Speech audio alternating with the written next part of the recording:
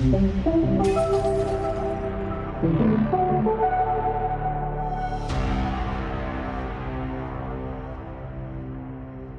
welcome to Won't Fix. My guest today is Alan Chapell. Alan is a privacy and regulatory attorney who's been in digital media since 1997. He started Jupiter Research, where I also worked, spent time at DoubleClick, and founded Chapell & Associates in 2003. Since then, he's served as outside counsel and fractional chief privacy officer to well over 100 ad tech and martech companies and guided a good number of them through exits. He's board chair of the Network Advertising Initiative, writes the Chapell Report. Alan hosts the Monopoly Report podcast, and I've been a long-time listener, so it's really great to be able to chat with him. And here we go, Alan Chapell. Alan, it's good to see you again, sir. Hey, how are Rob, you doing? I'm doing great. Good to see you again as well. It's been months since New York, right? Yeah, since we were at the Marketecture show, worked, did some stuff there, and it's always been great to talk to you. It was great to be on your podcast. I don't know whenever that was, and now I started this one. Still early days. I aspire to be as interesting as some of the topics and speakers you had on. So really appreciate all of your advice and thoughts as we've gone along. Oh, happy to do it and love what you're doing. Kind of focuses on a really interesting set of issues that are rather distinct from a lot of the issues that I typically address. So well done. You found a niche.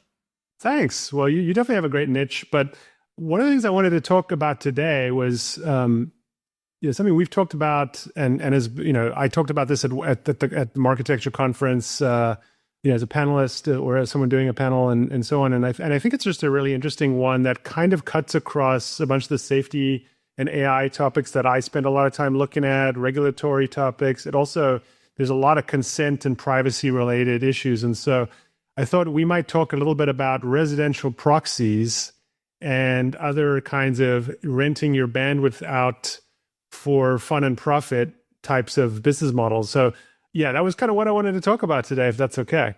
Absolutely. I think this will be fun.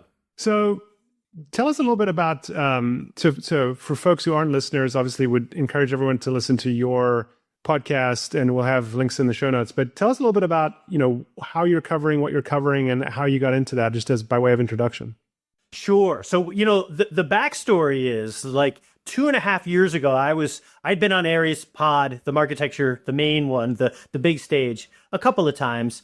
And I started getting in his ear a little bit that you really need to create a law architecture, I think was the word I used. And you need to be really focusing on these types of issues. And I was even starting to put together a proposal for him. And then one Saturday, Ari calls me up and he's like, "Hey dude, I need your help." I'm like, "Well, sure. Yeah, whatever, man. I've got this Monopoly Report thing, and it's great. I've got this growing set of users, but I'm not the right person to run this. Do you want it?" Yeah, fantastic. And so folks who might not know this, the Monopoly Report, which is the name of the podcast and the biweekly newsletter, originally came out of the various Google antitrust trials, primarily the ad tech one. So Ari was down there as the intrepid reporter for the entirety of the trial, and it got a lot of press, and he built this whole newsletter on its back. And so I started out with that as the focus, but then realized that, there's some other interesting things going on in the ad space that others aren't really talking about. And so I've sort of pivoted a bit so that antitrust and competition are some of the focus, but really the big focus now is what are the big regulatory issues impacting the ad space? And by increasing the orbit a little bit, I've been able to bring on folks like Patrick McGee, who just wrote that book, Apple in China, or John Batal, who's just a fantastic dude to be talking to on just about any subject. But I've been able to have bigger thinkers involved in addition to some of the more regulatory nerds like myself. I enjoyed the recent episode about the Google Antitrust Technical Committee. Actually, maybe there's a lot of inside baseball there, but I found it to be quite fascinating, actually. Well, thanks. Well, Alyssa Cooper, I've known her for years and is just really, really smart about this stuff and wears both a privacy policy hat and a very, very well-earned technical hat. And really, what's really fascinating is that these types of issues drive home the big seams in privacy and competition law. So when Google says well, we can't turn over this data because of privacy. Now, my knee jerk is like, yeah, it's just Google gaslighting again. But the reality is that they can point to the European Data Protection Board's position on anonymity and say, see, it doesn't clear that bar. And the statute, by the way, says it needs to be anonymous. So, like, on the one hand, I'm at first in line to maybe be a bit critical of Google's positions as being opportunistic. The reality is that they are sort of based in law. Yeah. Well, that's a good segue, I think, to talking about, in your privacy lawyer opinion, is there such a thing as an ethically sourced IP address? Or stated differently, do you think there's any disclosure that would be adequate to, hey, we plan to rent out your home IP address to strangers. Are you cool with that? I mean, it's like, I think the consent issue of, these residential proxy networks, I think is a really interesting one. And yeah, just curious what your hot take on that might be. Yeah, that's just a marketing term. I mean, I think it was one of the large data brokers who 10 years ago started talking about like ethically sourced data, like food to table, farm to table, kind of concept. Like that the data broker was operating in some place in Oregon where like it was, everything was on the up and up. It's a marketing term. Now, at some point, those types of marketing terms become a little bit misleading. And so ethically sourced IP address to me sounds a little dubious. Yeah, it does. So I think with some of these, there's typically, it might be a cash payment that's being made to the user.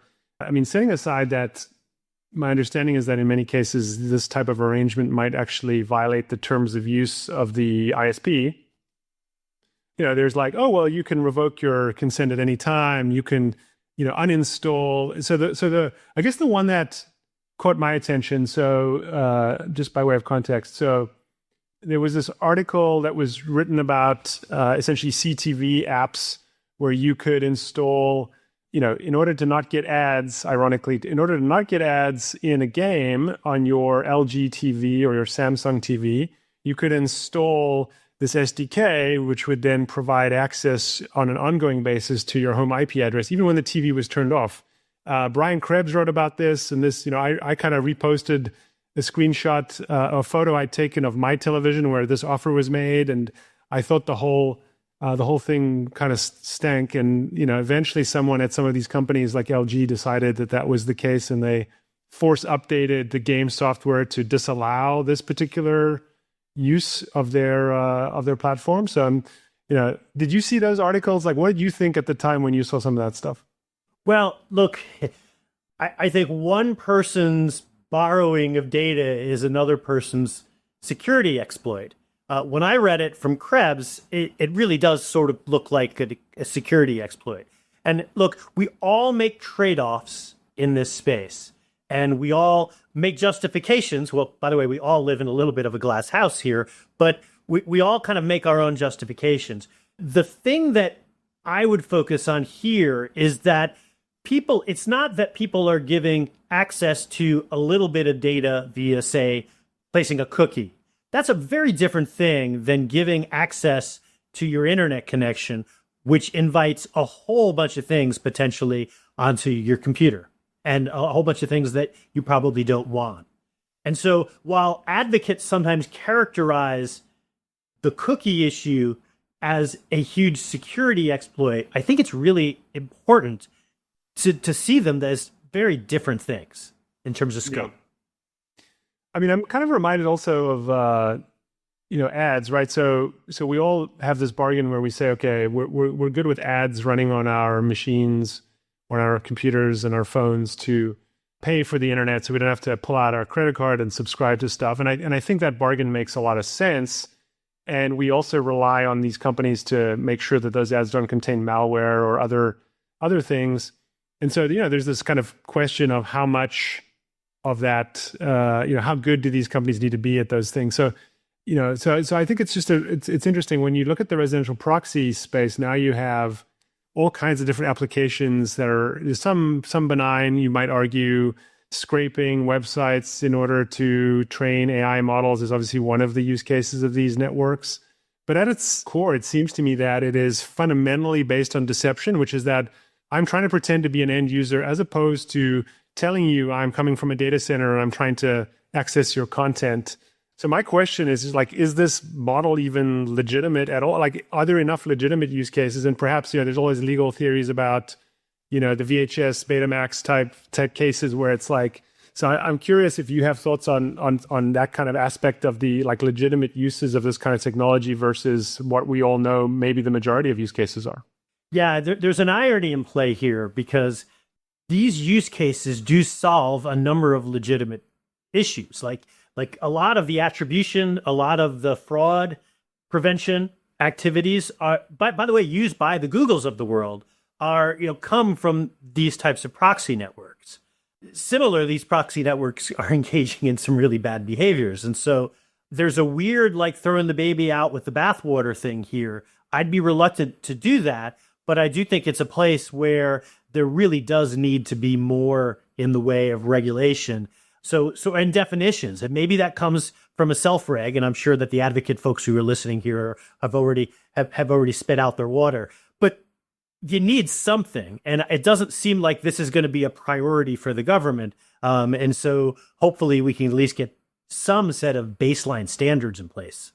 Because right now it's the Wild West. I think that makes sense. I mean, yes, I can confirm as having worked on this that many of the big companies have to, in some cases, hold their nose and have to work with some of these providers because, essentially either whether it's using those providers themselves or botnets or other things, the bad actors are essentially using the same things to defeat the regular detection that they have. There's one other just component to all of this, and this is a very broad statement, but I do think over the last 25 years it's been wildly accurate. There are different expectations in law and even consumer expectations around different uses of data. And so you can kind of do whatever you want, and nobody's asking you how valid your consent is if you're using data for security purposes or even for fraud prevention purposes. Because I think the recognition is that those are so valiant, those are laudable goals that, all right, that may be. However, if you're using this for ad targeting purposes or even analytics purposes, that tends to be under a different level of scrutiny. Now, the challenge then becomes most of these proxy networks occupy both use cases. And so it's a little weird for me if you're getting in the door with a security use and then you're staying inside with an ad targeting use. That doesn't sit right. Yeah. So does this trip up like data broker laws in different states or federally or whatever? I mean, again, states mainly, I guess. Well, okay. So, but the data broker thing is sort of an interesting one because I don't know what a data broker is. There's a lot. So like Palantir apparently isn't one, or at least they're not registered anywhere. None of the big tech companies are. T-Mobile is registered. The other telcos are not. I don't know why that is. I don't know why Visa and MasterCard and maybe Amex are not data brokers. I guess they have a more direct relationship with users, and so they fall outside the definition. So my answer to you is that I don't think that we've really coalesced on what the definition of a data broker is in a way that makes sense. They all could very well meet that definition. I don't see them as a super rife enforcement target at this point.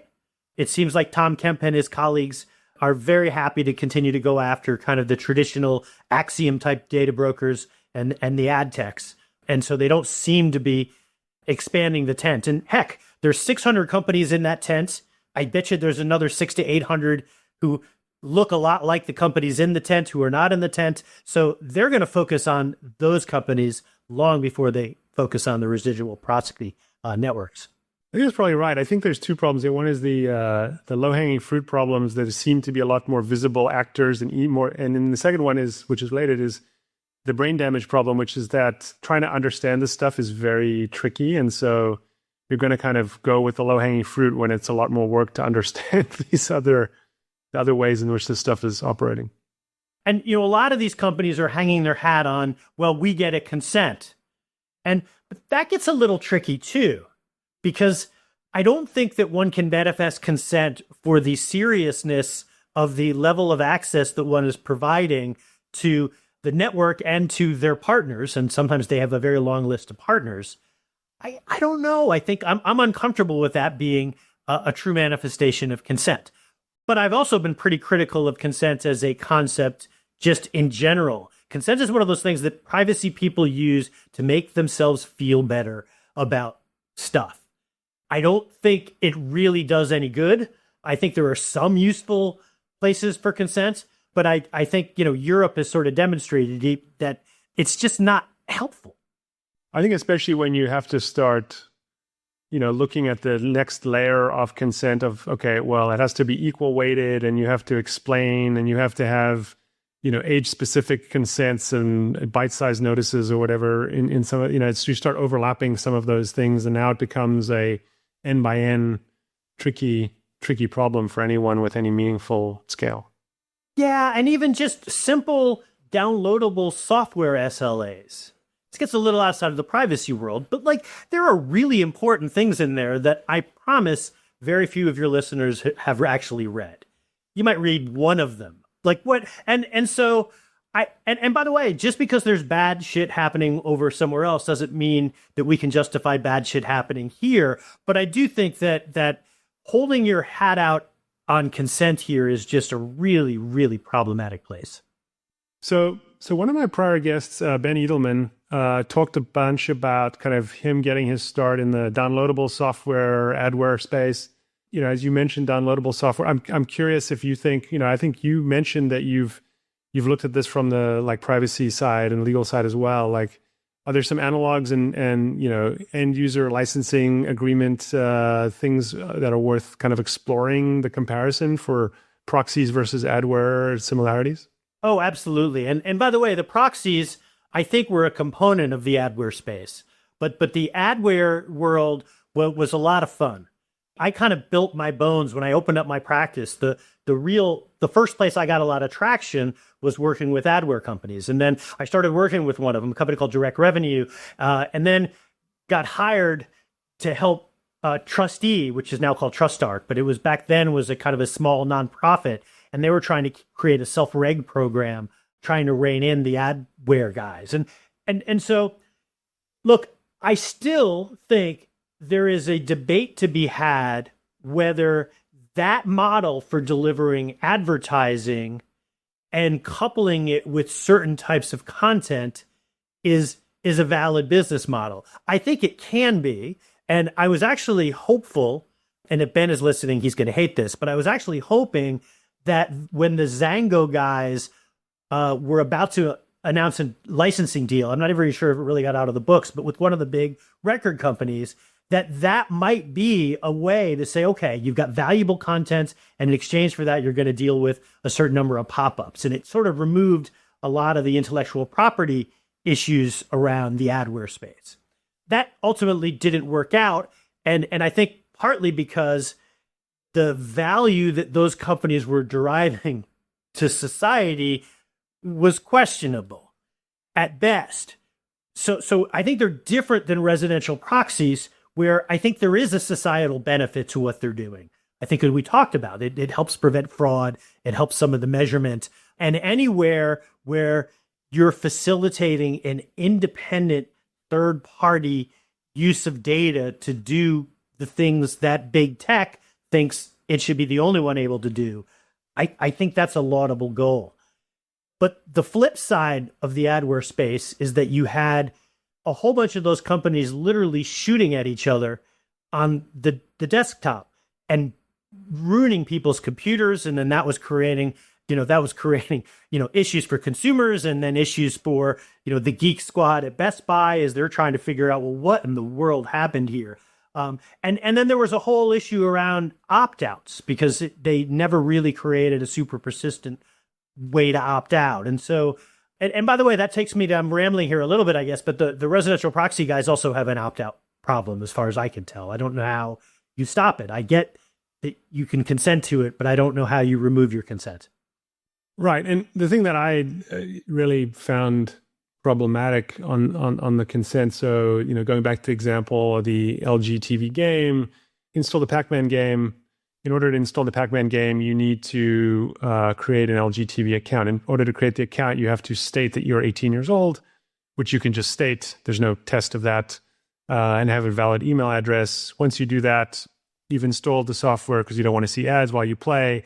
The TV is off. Maybe you don't ever play the game again. Maybe but the problem is you don't actually know that there's no like way to see that this is going on right now. In the Adware case, you get a pop-up. It's, has some branding provided by Gator, whatever it was back in the day. Yep. At least there's a way for you to see that there's a foothold from which you could unconsent. I don't know if they're emailing this email address that was created for the LG TV account. Again, like I think the problem is they're hoping that you forget that you consented is kind of the idea. Yeah. But I agree with all that. But I also don't think they've even provided a way to revoke your consent. Like the Adware guys, all of them had an opt-out, or most of them had an opt-out tool. Now, it took forever to get there. It had a whole bunch of dark patterns in order to get the thing work, and I'm not sure it always worked well, but at least they had one.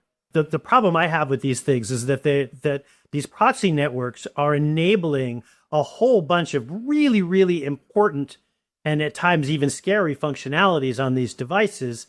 And you know what? Just because my 6-year-old somehow figured out how to turn it on does not necessarily mean that the household has consented to it. And since I have no idea that it's even running in the background, I have no ability to turn it off. And that's a problem. I do worry though, like speaking of as someone on the safety side, that because there just needs to be ways there are legitimate security use cases for residential IPs being used, and so I just, to the earlier point, I think it's this escalation where because it's being used, it has to continue to be used, and so then this creates this also financial incentive. I recall back in the Adware days, in my first job buying online advertising, we had a pre-existing relationship with one of the providers, and I won't mention which one. Maybe you could guess, but it was popping up on a lead gen form. The charge for popping up on this lead gen form was $450 CPM.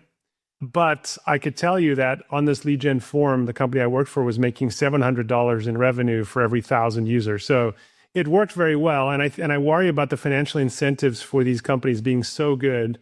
It just seems like a time of real riches for these proxy companies right now. They're making a lot of money on these things right now. Yeah, they are, and they will continue to do so until somebody steps in. And I don't know who the sheriff is at this point. That's really the problem, isn't it? Well, I mean, does it come back to this kind of, problem of you have to KYC everyone, you have to KYB all the businesses using it, you have to KYC all the users consenting to it, you have to make sure it's an adult and not a child, actually do age verification instead of just letting them create the LG TV account with, a statement and an email address. Do you think that there are, does this eventually take us down that path of age verification and business verification or KYC for everything? I like the idea of KYC.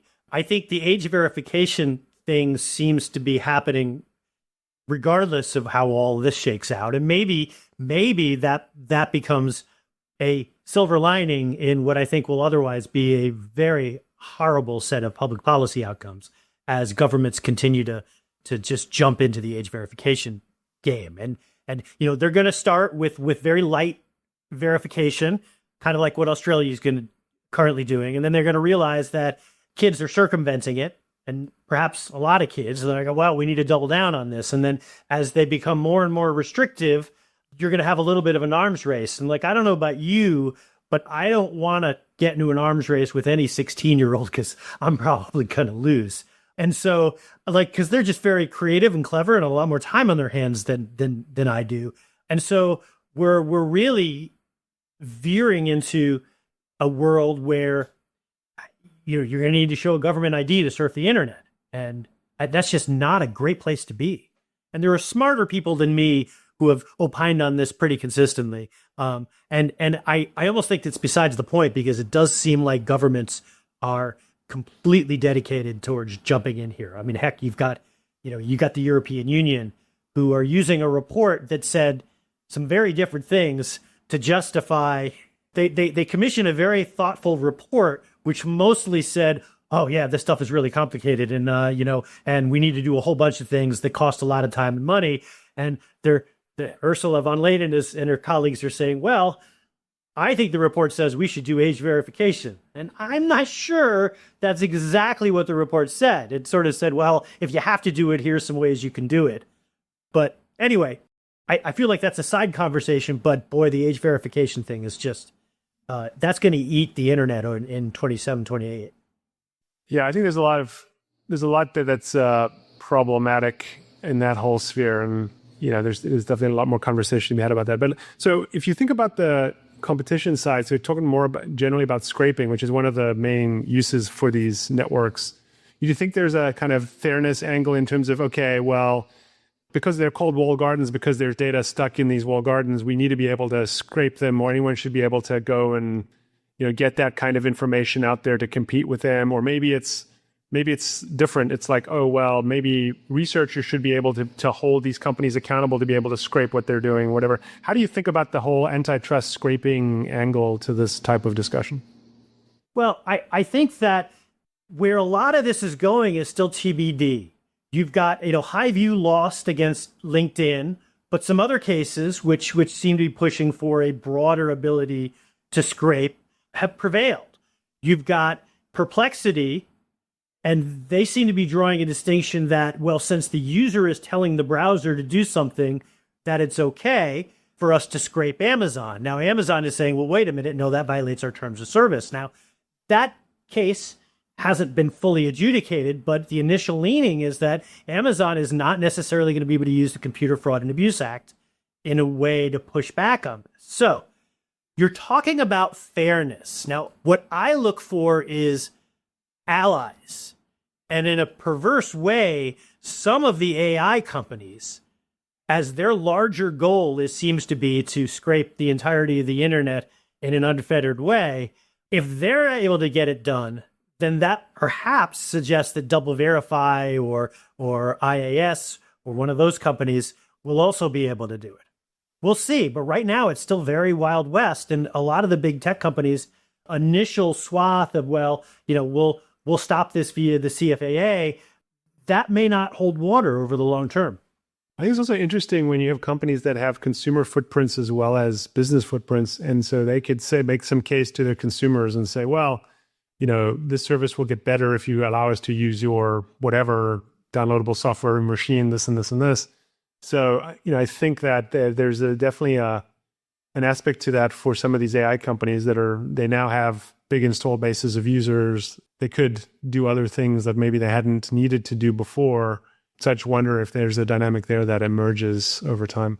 Yeah, it's going to be really interesting to follow. I thought that the retailers had a little bit more of a leg to stand on, but it's starting to look like maybe they don't. And so a regular publisher, what percentage of their users are logged in? But with a retailer, a very high percentage of their users at some point are logged in, or at least their customers are eventually logged in. And so, but if you're logged in, then you're subject to a certain set of terms, and then that seems to be on a little bit more solid footing. Yeah, we will see. It also reminds me of some of the early scraping, like, I don't know, 10 plus years ago. If you ever played any of those Java games that would load in the browser, like they were scraping using your IP to scrape in the background. So yay, common crawl. But anyway, it's wild. It's a wild space. One of the reasons I also wanted to get you on the pod, by the way, was I've really appreciated like how, you've had your guests. We talked a little bit about that earlier, and I've enjoyed you. Actually, Ari, I talked a lot to Ari about his podcast. And so, what I'm trying to do here as well is something where it'll appeal to people who work in these areas and in these spaces, but also over time, hopefully, other people will get drawn in. But, tell me a little bit more about kind of how you've found this experience in terms of like the other parts of your business and your day-to-day and how it affects those. And tell me a little bit more about the kind of podcast side of this, because I think that's a fascinating thing as well to dig into. Yeah, well, I've had so much fun, and I'm grateful that Ari decided to turn over the keys to me. My approach with the pod is to try to find a little bit of a middle ground of, policy people who understand how the business works and really smart business people who at least have a general understanding of the regulatory environment. And my theory being that a lot of people are making decisions in this space in a way that is sort of in ignorance of the regulatory rules. And this isn't just like people scamming or whatever. I'm saying like a good portion of the ad tech space right now has, doubled down on some flavor of probabilistic IDs. And then a large subcomponent has said, well, you know what, we're going to do one better. We're going to attach it to identifiable data. And I think that both of those approaches are rife with problems, some of which are privacy and legal. Some of them are like, well, what happens when Google just decides to do another about face and suddenly decides that the thing that you've gone all in on in the last 2 years has effectively blown up? So that was probably a long-winded way of saying, like, I think those are the issues that I want to bring to the table. So there are other privacy podcasts that will get into the minutia of, well, what did the Article 29 Working Party or the EDPB really mean by that document? And those are fascinating discussions to have. I try to keep mine a little broader and a little less wonky so that I can appeal to that constituency that sort of has one foot in either camp. Yeah, I like the idea that we would get the product people and the policy people and the regulators talking to each other, or at least, getting some shared knowledge that they can reference. And again, I've had regulators send me messages and be like, hey, well, I saw this thing you wrote, or, this thing you were talking to, this person you were talking to. And I think that's really interesting. It's because these topics are just so complex that you're not going to figure it out just by looking at it from one angle. You're going to have to look at the technical side. You have to look at the policy side. I've seen so many of these types of things just take far longer than they could otherwise, because people just aren't open to or wouldn't know who to ask or where to start with some of the perspectives they're not used to generally. Yeah. It's so it's a fun niche. In terms of strategy, I try to find people who are well known enough that like others want to hear what they have to say, but also are able to speak effectively on the particular set of issues that I want to raise to the community. And then one other component is I love people who are willing to speak recklessly. You don't always get that with a regulator. Although I thought John Leibowitz, former FTC, did a fantastic job. Commissioner Meador was great, both at Marketecture and on the pod. But, Megan Gray is a great example of somebody who is wicked smart on this stuff and really just says what's on her mind. Because I think that's what an audience wants to hear. They don't want the unvarnished, the corporate speak. And if you look at the people that I brought on the pod, I've stayed away. Like, I don't think I've had a client on the pod. I'm pretty sure I haven't. And I tend not to have like ad tech vendors. I had Bill Wise on, but I've known Bill for like 25 years, and Bill's hilarious and he's really smart. And so he's a great guest. But I tend to turn down the requests from, the chief privacy officer at fill in the blank ad tech, because I think that then they're just going to want to talk to me about how good they are and how compliant they are. And like, that's just not that interesting. But if I can bring somebody in who's like, what was it like to build the IAB TCF? How did you balance all that stuff? Well, you get somebody like that, and like, that's an interesting conversation. Have you ever got pushback or blowback from folks based on things your guests have said? Like, where like, oh, you're giving this person a platform to talk shit about, company X. I could imagine that might happen, even though, you're not directly saying it. Does it ever happen that the guest says something where it's offside or seen as offsides by some important corporate person or persons? No. I tend to directly piss off a lot of people in big tech just by what I say. Some of it's on the pod, some of it's just in the writings. Some of it is the monthly, Chapell Regulatory Insider report that I put out. Although there's a bunch of big tech companies who subscribe to it because they want to hear the insights. But occasionally I get that call of like, dude, really? You had to say that? But the closest direct answer to your question is this. I had Don Marty on, who's been on my pod a couple of times, super smart guy. I really like him. And he was talking about the attribution framework being created by the W3C. Now, Don has a very, very direct opinion on that set of standards, and he refers to those who are creating it as the attribution cartel. And I thought it was a really good discussion. Somebody reached out to me, a friend of the pod, and he said, hey, I think it would be really interesting if you brought in somebody who was creating the spec and you got the opinion of, the perspective of the W3C. And so I brought in somebody from Mozilla to speak to that. I think that kind of stuff is really helpful. So it wasn't that having Don on was bad, but I do think it was probably telling a portion of the tale, and having the Mozilla guys on was telling the other side, which is helpful.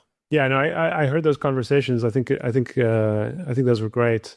And I think also one of the things that, having worked at Google and Meta myself, people sometimes assume there's like one viewpoint that the company has, and no, I mean there's these are human beings working at these companies, lots of different internal, struggles, disagreements, things that they're preserving optionality on, or decisions they've made that maybe they regret. There's all kinds of really interesting fodder for discussions. So I think that's great. Yeah, and it's too bad that by company policy, none of those folks are coming on podcasts. It's not just my podcast. Like it's very rare you're going to get somebody who is sort of knows where the bodies are buried within one of those orgs is going to come on.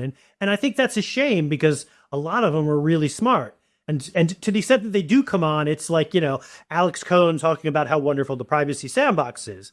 But like, that's not the conversation I want to have. And it's not just because I don't think it's so wonderful, but it's like, no, if you're not going to really engage on the trade-offs in play with that kind of tool, then there's no point in having the discussion. And not to beat up Alex. He's a nice guy. He's a good friend.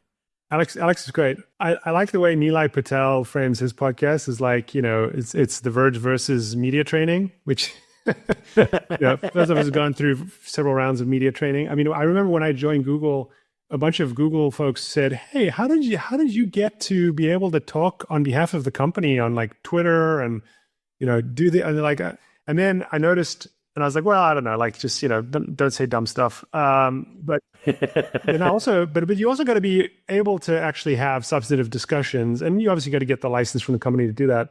But I then noticed that a lot of folks from Google were posting a lot on LinkedIn, actually. Like it felt like people were nervous about getting into like a Twitter discussion, or I guess you call it X now. But LinkedIn, it seems like people were posting a lot more on LinkedIn. So I'm curious just to see how this engagement of employees pans out. Maybe they're not going to go on podcasts, but I think you can learn a lot by looking at what people post, what they like from their company on some social media, probably. Although a lot of times it's really insightful, but having nothing to do with their business model, and that's fine. I mean, I'd rather get that than nothing. Yeah. So actually, I was talking to someone about this recently, which was that I think one of the things that has happened with media, and actually I have a two-part question. So first, an observation, but with the media, is that because a lot of publications are based on ads, they have tended historically, in my opinion, not to have covered ads very well or very much. So like the big publications like the New York Times, not a lot written about ad tech or ads or whatever. And I sense part of that is because they're shying away from talking about that stuff. But I'm curious, like in terms of as you think about podcast guests or interesting discussions, you and I both worked at Jupiter many years ago, Jupiter Research. And I remember that for a while, there'd be a lot of, as an analyst, I would talk to the media, but often the journalists themselves who I was talking to knew as much, if not more, about the subject than I did. But it just at that time was that we were seen as, okay, that you want an analyst from Forrester or Jupiter or Gartner to talk about this internet thing. I'm curious if you think, are media good podcast guests? And how do you think about that in terms of, in many cases, I think they have very, they've talked to a lot of folks and they have very good perspectives, but I'm curious how you think about that particular guest profile. Yeah, I think journalists are fantastic guests because they tend to be interesting people who have varied life experience. I had Marty Swant on. I've had a couple of other journalists on. So mostly trade journalists. So I haven't had, I've tried to get Mike Isaac on. Someday he'll come on. But the challenge is that like his domain is tech. And I think the perception of me is that I'm ads, which is, the redheaded stepchild at best of tech. And so there's a little bit of like, well, do I really, really want to talk about that? You may not. I've had a whole bunch of advocates on too, in part because I think it's really helpful for my audience to hear from people, even if you disagree with them. But also, like, people should understand the history here. I had Cindy Cohn on. Like, the reason the internet works is largely a direct result of the efforts of people like Cindy. Yeah, I think there's some very interesting folks where, again, I'm just starting this thing out, how the audience, what the expectations of the audience are as you build it in terms of, are they learning about things, what's going to actually be useful to them and help them in their daily jobs, or is it just, interesting history that everyone should know? Is it like this is part of like the internet canon that everyone should know about? Yeah, it's a really good question. And like, I don't think you can spend too much time on the history, but I'll tell you this. I'm working in my private practice with product people who have no idea what I'm talking about when I say double-click abacus. And that sort of was a foundational principle. It might still be, it's certainly less so than it was, but there's a whole bunch of nuance around this rule of thou shalt not touch PII in an ad serving context. And all they know is like, well, look at LiveRamp. Why the heck can't we do whatever the heck we want? And that's a valid question, absent some of the history. Yeah, I did a speaking engagement last year or two where I asked people about a certain privacy related thing that I would have expected everyone in the room to know about, and only one of the people in a room of about 40 people, two people in the room of 40 knew about it. And one of them had actually worked on the feature at that company. So I was like, okay. And that was like 7 years prior. So it wasn't like ancient history, but I agree with you. I think there's a bunch of this that's just important to try to, level set with people. And I guess when it comes to regulators, coming back to this kind of topic, do you think that I think in some cases they may have an impossible job, right? Like the resourcing they have, it's an unfair, asymmetric warfare with tech companies who can, hire, all these attorneys and outside counsel, and they have, product people, engineers, and policy people, and whatever. So how do you think about like the value or where regulators should spend their time, getting up to speed on stuff? I mean, how do you think about that these days? Yeah, my interactions with most regulators have been very positive in that they actually do really understand the space. But to your point, what and what you can demonstrate in court as part of an enforcement action are often very different things. So, I had Tobias Juden on, and we had a long debate around consents, and he's sort of moved past consent, and he thinks that behavioral targeting should be prohibited, to which I responded, great, let's do that, in one specific market and see what happens. To be honest, do you know what would happen and how it would play out? I don't. I think that would be an interesting experiment. I would like to see much more experimentation. So anyway, I've had Tom Kemp on. Now, Tom is sort of in a very different place than Tobias is. Tobias he's part of I think he's the lead at the EDPB. I mean, he's very prominent, but his ability to make internet-wide change is very different than Tom Kemp's ability at Cal Privacy. And those guys, I think, have figured out that there are very few headwinds opposing what they're doing. And so they are into an empire building phase. They have found a political area, horrible data brokers, and they have been able to say, we are going to build an entire governmental apparatus around addressing this. Now, I've been whispering in Tom's ear for the last 6 months, like, okay, but is this the only privacy issue? He's happy to talk. I'm not sure he's so happy to listen, in part because I think that, they want to build what they want to build, and they right now have a blank check to do that. And to stop and to do something else might not be the best path for the empire they're trying to build. I don't know if that gives you any insights, but yeah, no, I think that's really helpful. I think this is the level of detail that gives you more insights into what's going on. I think that, similarly on like some of the big tech companies is like, there's probably a level of detail that perhaps people would talk about who had recently left some of these companies to talk about the internal dynamics of how teams are structured and what the internal incentives are around topics around privacy and safety and AI and so on. So I do think I think eventually we learn a lot more if we have some of these, as you referred to them, these reckless people speaking recklessly, somewhat recklessly about these topics. I think we're going to learn a lot more. Yeah, and I've sort of built my career over the last 20-something years on speaking recklessly. I see seams out there and I poke at them. And sometimes that ticks some people off. But what I hope is that it forces some more constructive discussions. And that's really what we need.